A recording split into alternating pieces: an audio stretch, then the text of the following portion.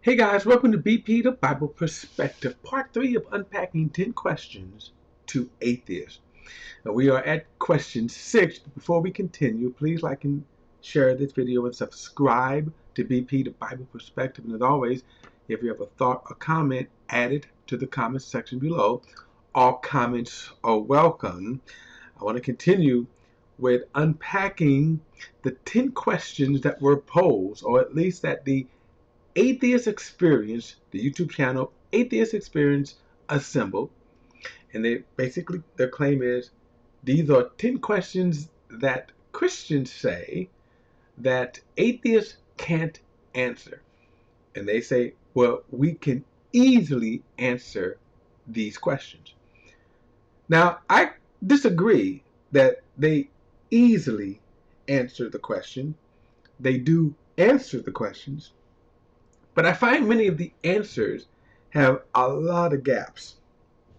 A lot of gaps. Now, this was the Atheist Experience assembled 7 atheists to answer a wide range of questions from biology, evolution, God, morality, the origins of life. So I want to pick it up at question 6. Excuse me, question 6. Now, before we dive into it, I want to also, again, reiterate that I approach this as not a man of science. So I am not denying scientific evidence. I'm saying that their answers do not fully comprehend or give full answers to these complex questions. And while I'm going to say, and I'm going to acknowledge that I am a man of faith, I believe the claims of the Bible, I also say that I have not found where science have disproven the claims of the Bible. And these questions really address those points. In a sense, for example, the origins of the universe.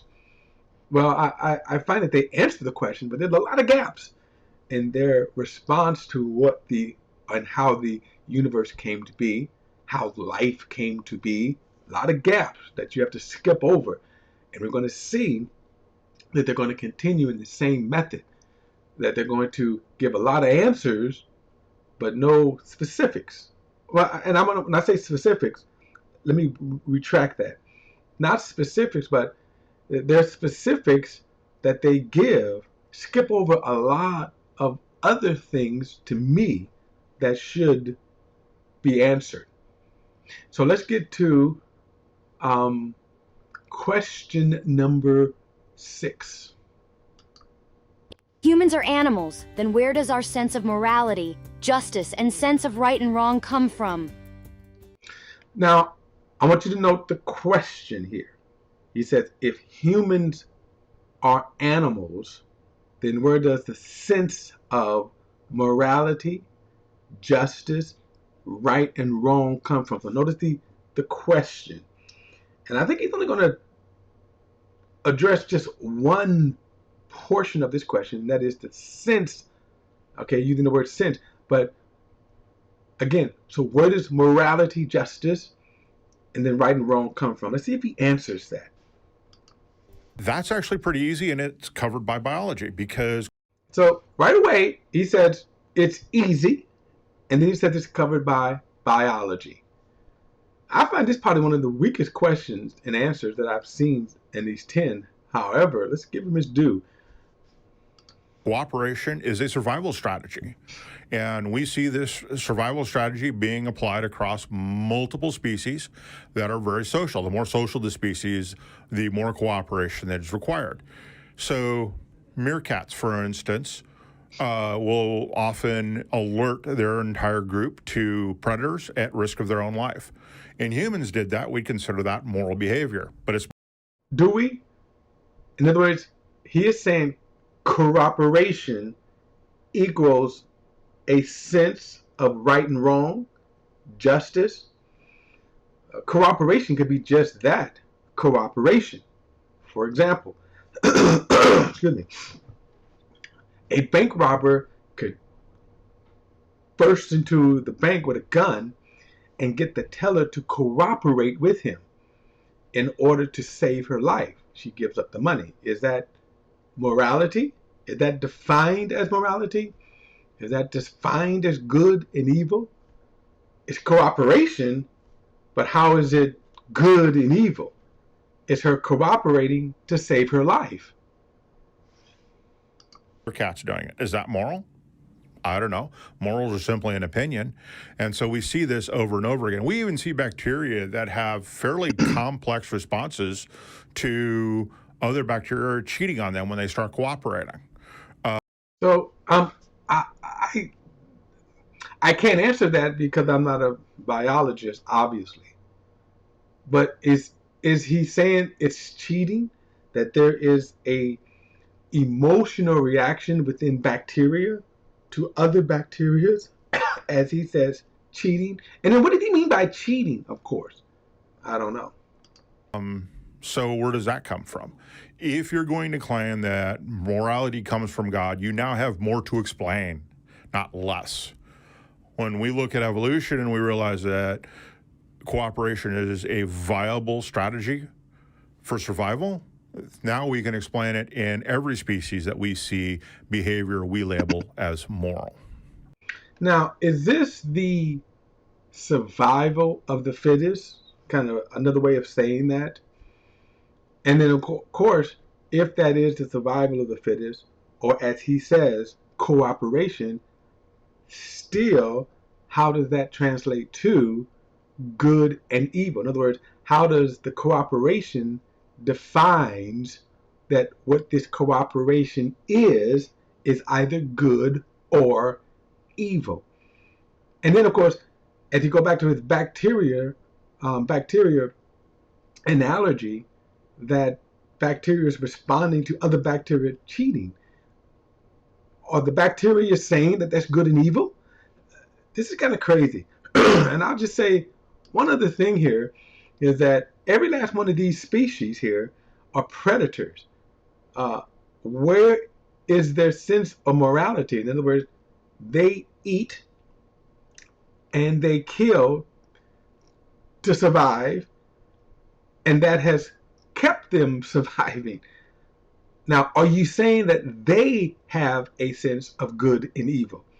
That, in other words, that what they're doing. So if I, for example, was to compare these beasts that prey on other weaker beasts, like, let's say, Adolf Hitler or any other evil dictator. Now, the evil dictator knows he's doing evil, but because he has power, he doesn't care, right? But he knows that what he's doing is either good or evil. Do these animals, these predators, know right from wrong? All right, let's go to question 7. If you were given irrefutable evidence that the God of the Bible is real, would you become a Christian? I need to clarify this a little bit, because depending upon your denomination, I was a Christian. I was a Roman Catholic, in fact. And before I answer the question, I'm basing everything on the knowledge of the Christian God as he has been described in the Bible. I'm going to counteract that by saying I think that he's defining everything based upon Roman Catholicism, what he was taught by Roman Catholicism. And here's my take on that. I think, and I would be the first to say that man-made religions. In fact, I would even go so far as to say that I no longer identify as a Christian. And I am playing loose with the words. Obviously, I said at the beginning, and I reinforce that, I am a fierce believer in Jesus Christ. I believe the claims of the Bible. What I abhor is the man-made religions. He is a victim of Roman Catholicism. Excuse me. In fact, Christianity has never gotten over the damage that Roman Catholicism has done. Centuries later, we're still suffering from bad religion. So when he says that he is basing his experience and views based upon the Bible, I would say, and I'm going to see it's going to be echoed here, more on what Roman Catholicism taught him. That being said, if you've seen our shows, you know we have a lot of hosts who are experts in various fields. We have people who are knowledgeable in science. We have people who are knowledgeable in philosophy, in history, and a lot of other topics that I could not even begin to address intelligently. So what I'm going to try to do is explain it. I agree with that too. I can't address some of the disciplines intelligently, so I agree with that. In my realm of experience, you might say. The Christian God has often been depicted as a father figure. Depending on your religion, I believe Catholicism said that he was the husband of the church. I am a father, I am a husband. So I'd like to kind of compare and contrast the differences I feel exist between myself and this God. And I think that's the first mistake. How can you, a mere human, compare yourself to God? And I'm going to say any God, by virtue of the fact that the name God, which means he is superior to you, let alone the God of the Bible, but he is going to do that. The God of the Bible demands worship. In the 10 Commandments, the first few commandments are all about him because everything is about him. As a Now, excuse me. So what is wrong with that? Now remember, he's comparing himself as equal to God, not in might, but in morality. He's equal to God in I don't know, in right and wrong. But the mere fact that he says that then God demands worship, well, he also knows that God declares that he is the creator of all, that everything was created for him. So right there, how is that evil by any standards? If he is the creator of everything, including him, that everything was created for him, how is he evil? father and a husband, I actively discourage worship. I don't want my child to see me as this figure who can make no mistakes, who is perfect. I don't want worship, and I feel like any entity that demands worship is not worthy of being worshiped. The first problem here is you were not created to be worshiped. This is a fallacy. You were created to worship, not to be worshiped. So you cannot compare yourself to God, who is the creator and demands worship. He created you for that purpose. He created you, he created creation to worship him. You, on the other hand, are not created to be worshiped. Again, false equivalent here. The God of the Bible devalues women. The opinion of a man is worth 2 to 3 or sometimes 4. He talks about women cannot be in positions of authority. No woman is allowed to hold authority over a man or teach.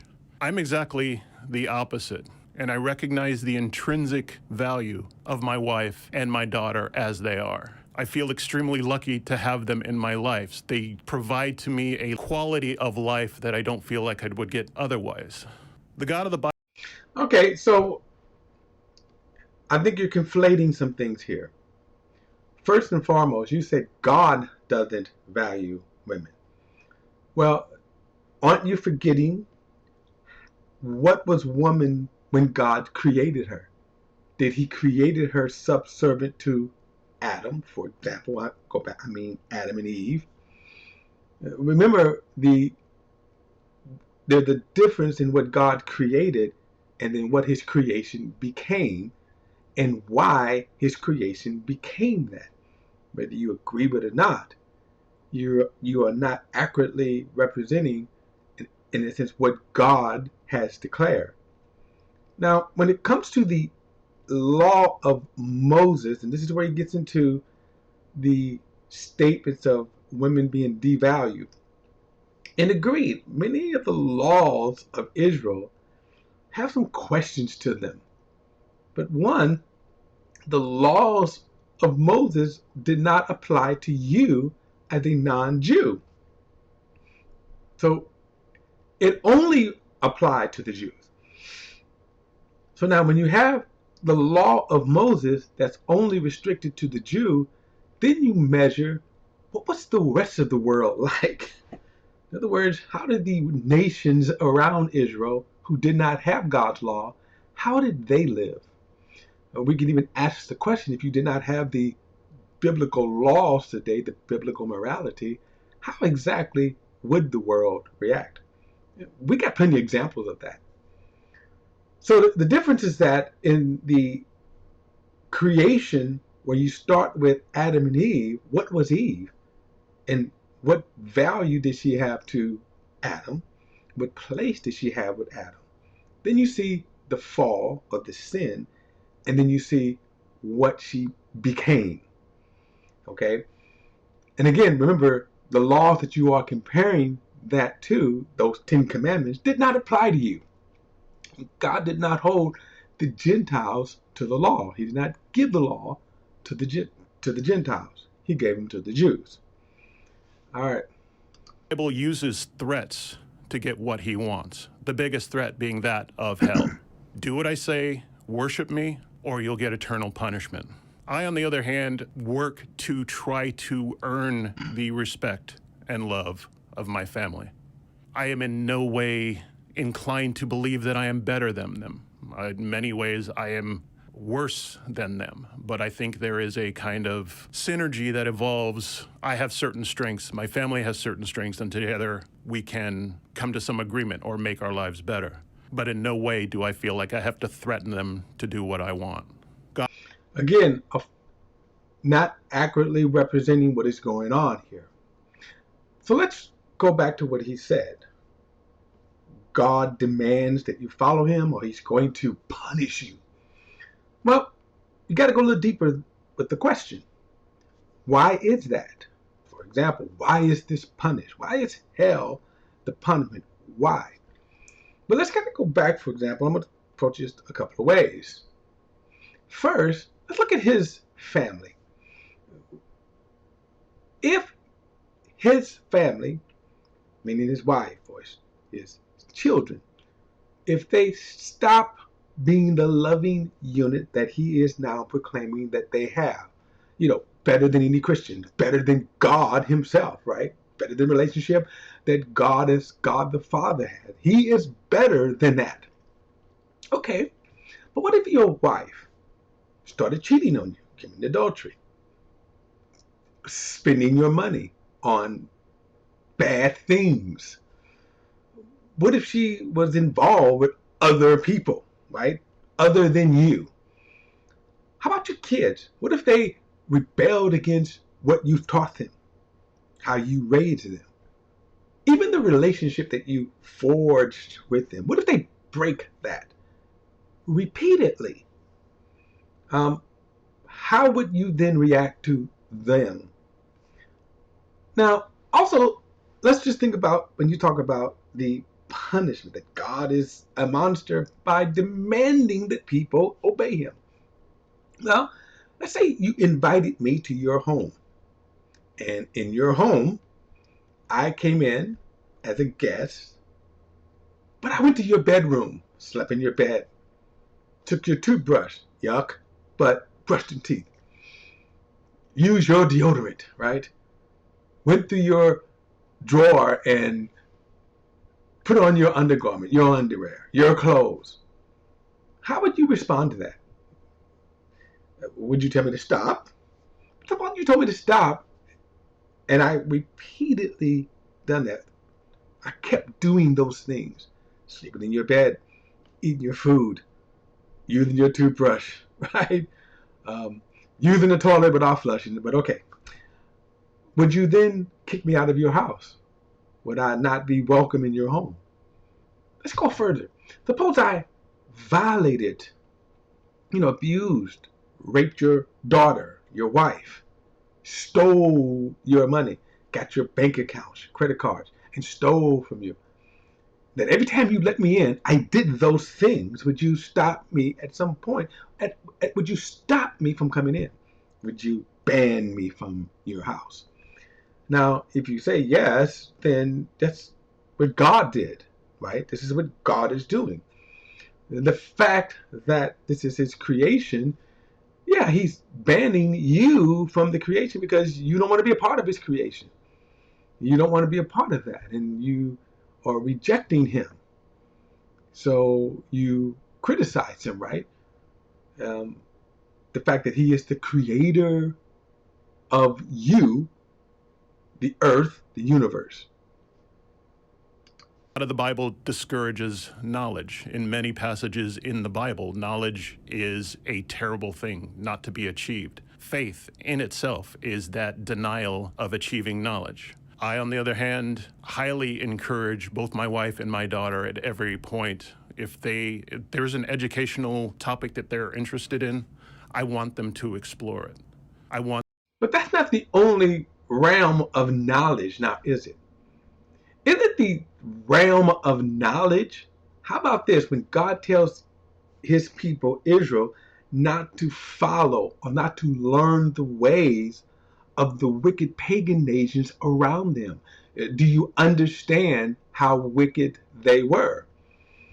So, for example, would you like your daughter to learn the ways of Islam? Now, I would agree, the clap back there, that yeah, she can learn the ways, but what if she learned the ways and start following the ways of Islam? Wear the full chadar and hijab, all of that. What if she joined one of the radical groups, Hamas, right? So there's a little different here when you're talking about the knowledge. Now, I do acknowledge that there are Christians that discourage knowledge, that in some cases they're just plain stupid when it comes to denial of science and things like that. I agree. I acknowledge that. But understand that that's not what the Bible told them to do. Them to gain the knowledge. One other thing, I would say, again, remember, the realm of his experience is Roman Catholicism, for which nearly 1,000 years, Roman Catholicism forbade the reading of the Bible. It wasn't until the 16th century, the King James translation, and he did it for spite, that he ordered it for the reading of the common man. But the Catholic Church wouldn't allow people to read. So in that respect, you're right. In terms of the Roman Catholic, they were wrong. And as I said, they did irretrievable damage to Christianity. Because it is one of the things that I feel is most discouraged, especially in the current. Knowledge is looked upon as a bad thing. Just believe, just have the faith. And my last comparison is that the God of the Bible leads by command.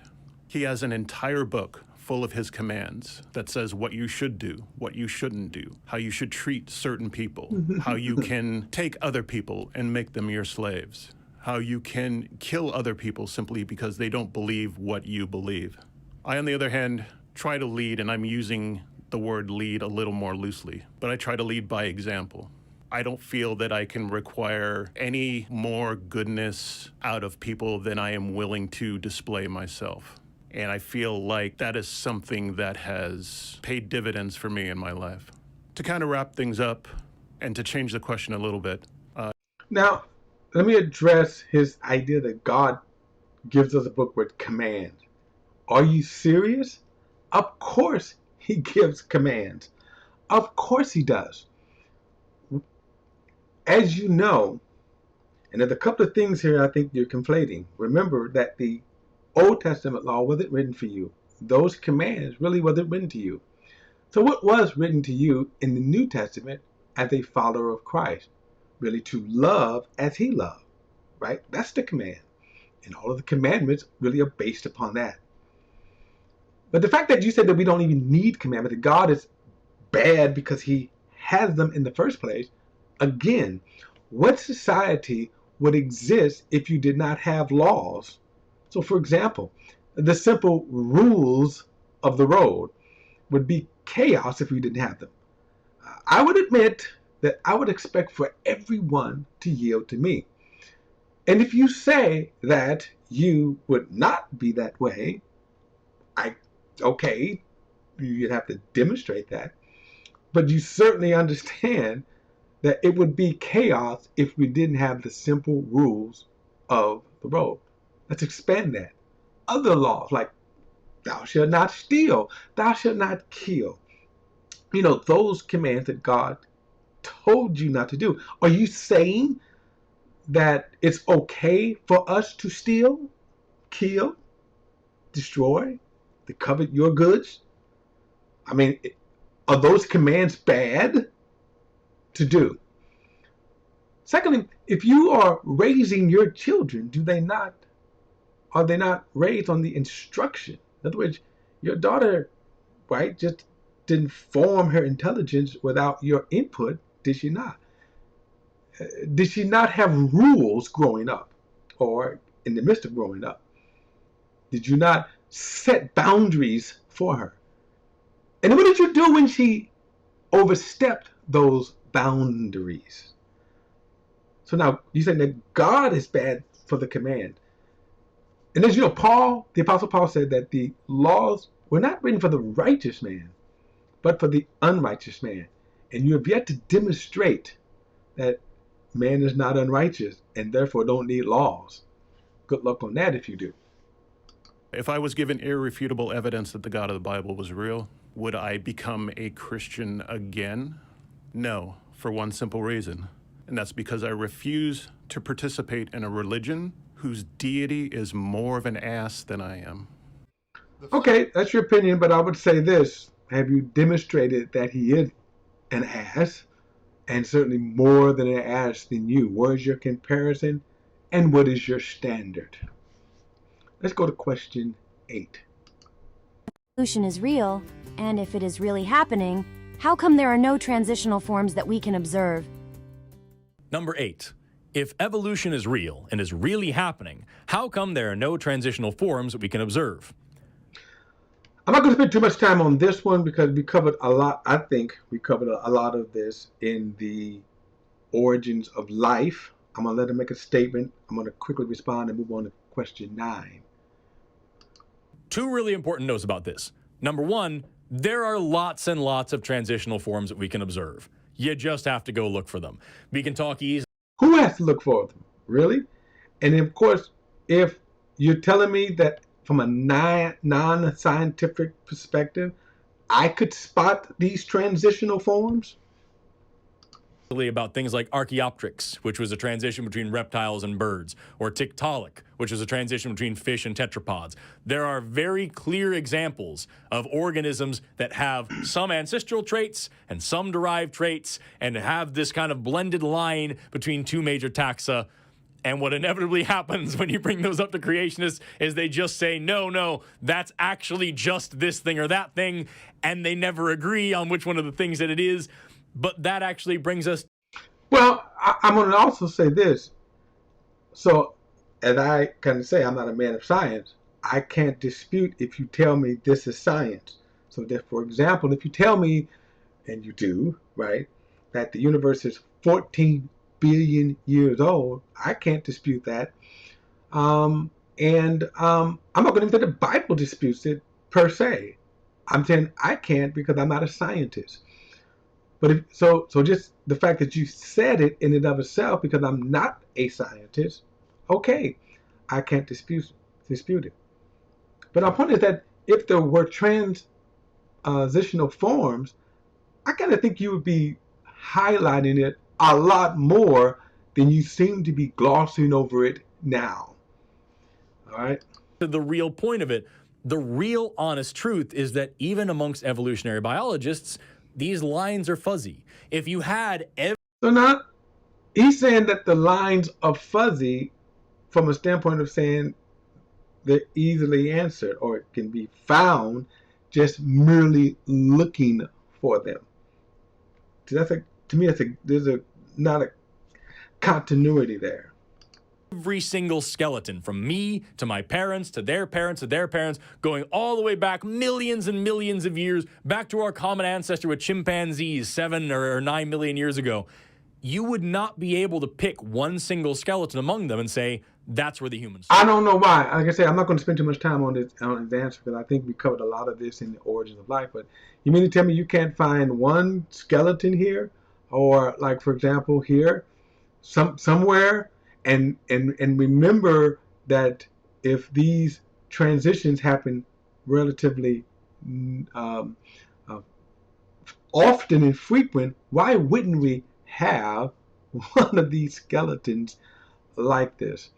But all right, let's move on to question number 9.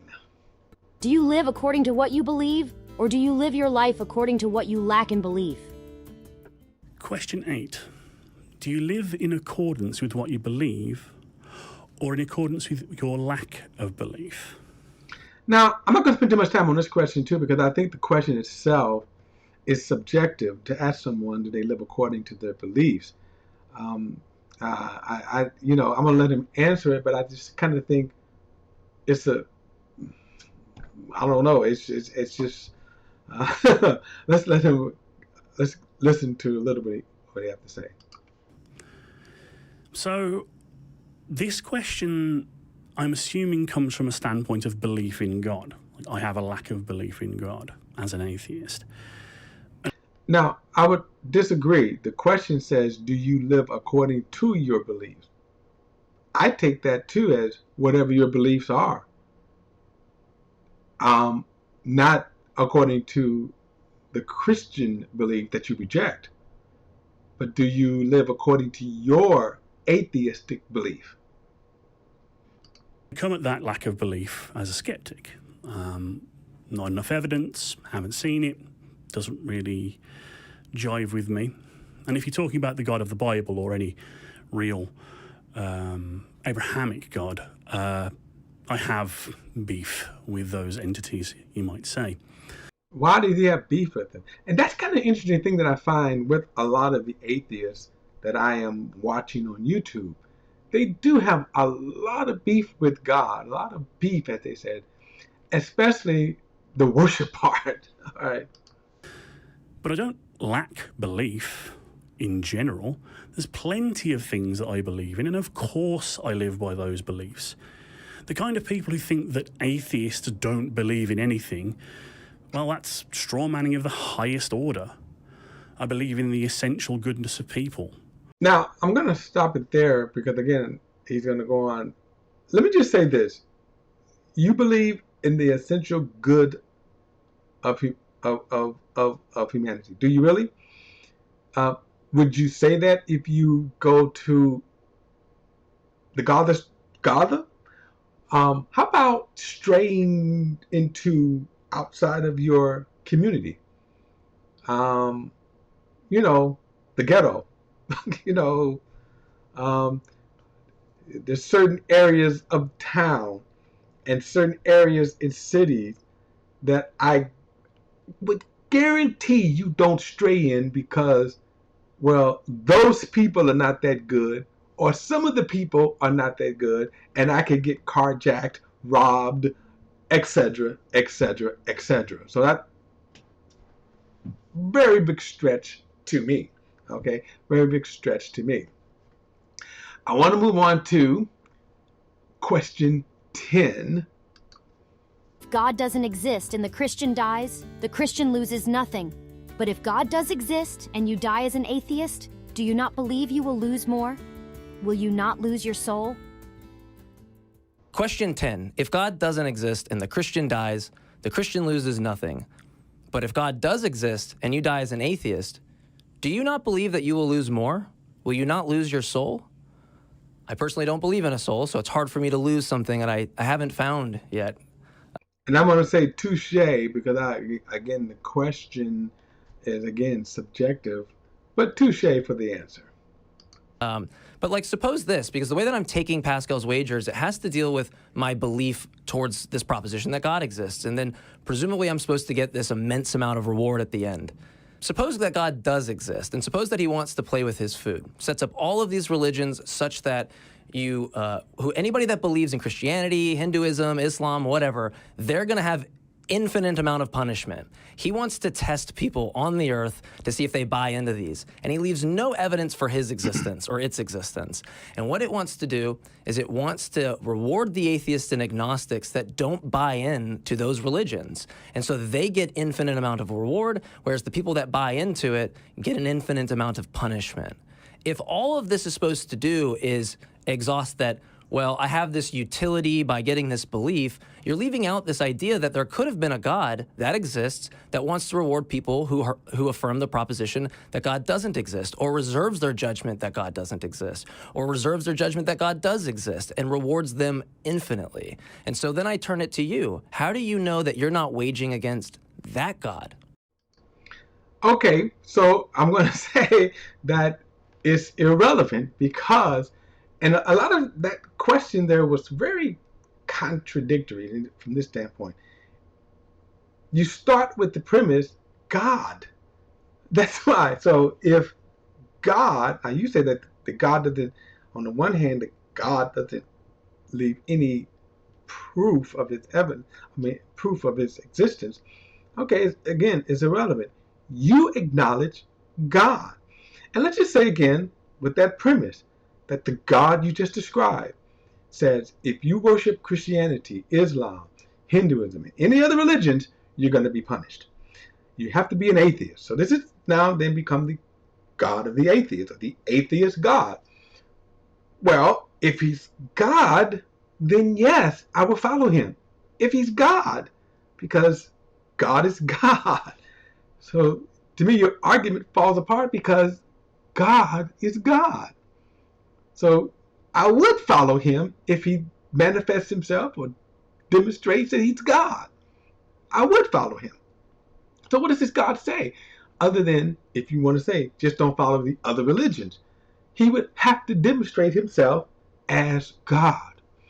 So when Jesus said he is the way, the truth, and the life, that no man comes to God except through him, he demonstrated that he was God. He healed the sick. He raised the dead. He fed the hungry. And then he raised from the dead, right? So that's the story. He demonstrated that he was God. That God demonstrated throughout history of his magnificence, his intelligence, his power, right? He demonstrated that. So that's why I can follow that God. And if I use the same logic of saying now, if you want to introduce the God of the atheist, how does the God of the atheist manifest himself as God? All right, guys, that is my response to the 10 questions that atheists can't answer, but easily answered. But I say they did answer, but left a lot of gaps. All right, guys, don't forget to like and share this video and subscribe to BP, the Bible Perspective. And as always, if you have a thought or comment, add it to the comment section below. All comments are welcome. Till next time, I see you then.